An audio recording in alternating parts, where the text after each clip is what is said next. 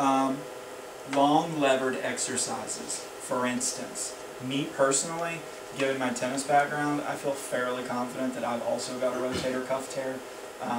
And when I was training with Daryl, I basically couldn't do a lateral raise with more than about 5 pounds because it just bothered me.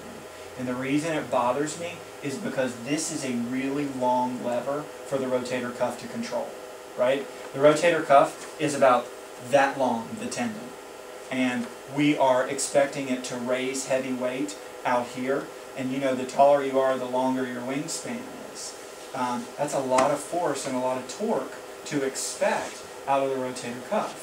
So just be cognizant of those exercises and be cognizant of people that say that they're having issues. And either lower the weight till they're not feeling any popping or pain. Or this is an exercise in itself if you double the repetitions and give them no weight. Let them do that and they're like, oh my gosh, I'm burning. And that's what we're after.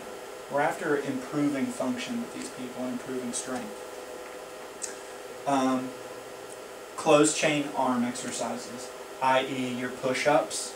And I don't know if you guys would have people walking on their hands for any reason or doing bridging, or you'll see those wall push-ups that people do that I think are absurd.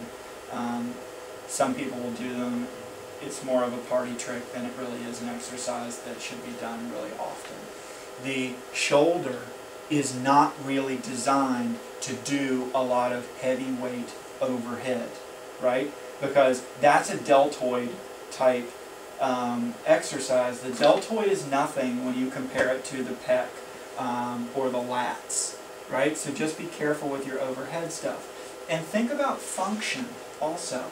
Are people doing a lot of heavy lifting overhead? Most people, especially our light nut clients, are not. So we're doing exercises that aren't frankly that functional for them and really increase the potential for injury. So we just need to pay attention to it. And I'm not saying don't do a shoulder press or an overhead press or a military press. I'm just saying be cautious and be aware.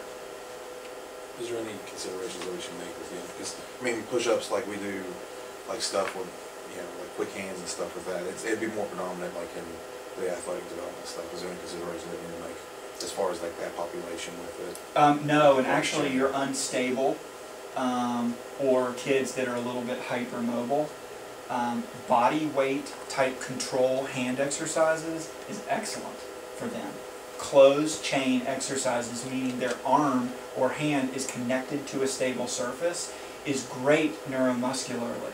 The brain really gets a good feel for where the joint is in space because that joint compression that you get through the hand, the wrist, the elbow, the shoulder, that is all giving the brain feedback for where these joints are in space. So a lot of the stuff I'll do with my unstable adolescent group is closed chain stuff because it is so good, it gives them so much feedback. So typically no.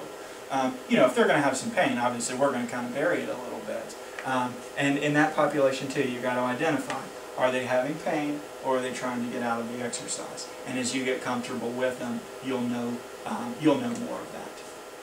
And frankly, if I'm assessing a kid and I think they're unstable, there's a couple little specific instability tests that I do in the shoulder that are really easy for me to do just because I've been taught to do them, that can tell you if they're unstable like that.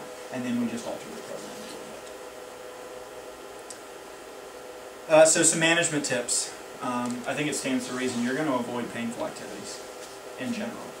Most people do not need to be doing anything that's causing them any pain. And then number 2 is a 3-way stretch. If you've got people that are big, meaning muscle big, they need to be doing some flexibility of their shoulders because you see these guys like I talked about earlier. They're rounded, got the big chest, they're setting themselves up for some shoulder problems. So the 3 stretches that I like the most are a doorway, arm is on the doorway and you're rotating, or a corner stretch, and then the last one is a posterior capsule stretch, meaning across. So if you want to incorporate some of this stuff with some of your clients and test out their flexibility in the shoulder, if you feel comfortable doing it, if you don't feel comfortable doing it and you would like me to show you how to quickly range a shoulder and do some stretching, because we do stretching with our clients, right? But do we do much with the shoulders? Typically not, right? And that's one of the things that I want to start doing is we're just assessing shoulder flexibility, and if we assess it, then we can tell if it's getting better and if it's improving. And if somebody is really tight, then we know, well, let's be a little bit cautious with what we're doing. So that's something I can show you guys how to do when we finish up, is how to range a shoulder really quick. It's super simple. Overhead activities we talked about. Low weight, high repetition. Now, it certainly depends, like Derek talked about, on the energy system that we're going for and the type of athlete that we are looking at. But low weight, high repetition is something good for your lighten up clients.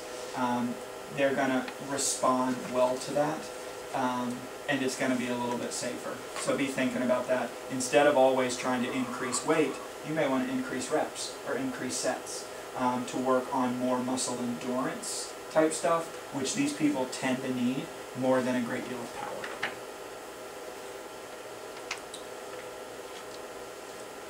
Pain source locations, we really talked about for the most part. I think I've pretty much covered this.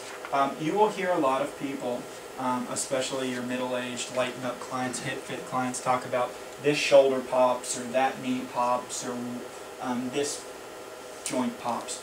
Popping is not abnormal. Popping is normal in joints. Expect it. It is nothing to get too worked up about. What is not normal is popping with pain. Okay? So if they're popping with pain, then we need to identify why. And it is not necessarily always that something is torn.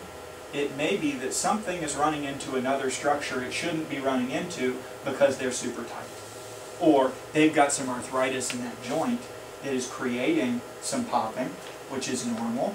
And then we need to identify, we know this person's got some arthritis in this joint, maybe we need to avoid some of this stuff and work on more flexibility and some strengthening type stuff. So as we go forward, I'm hoping that we can really get drilled down into each of our clients and really understand what their issues are so that we are not injuring people, and we are now the place to come if people are concerned about that, because we really take an interest.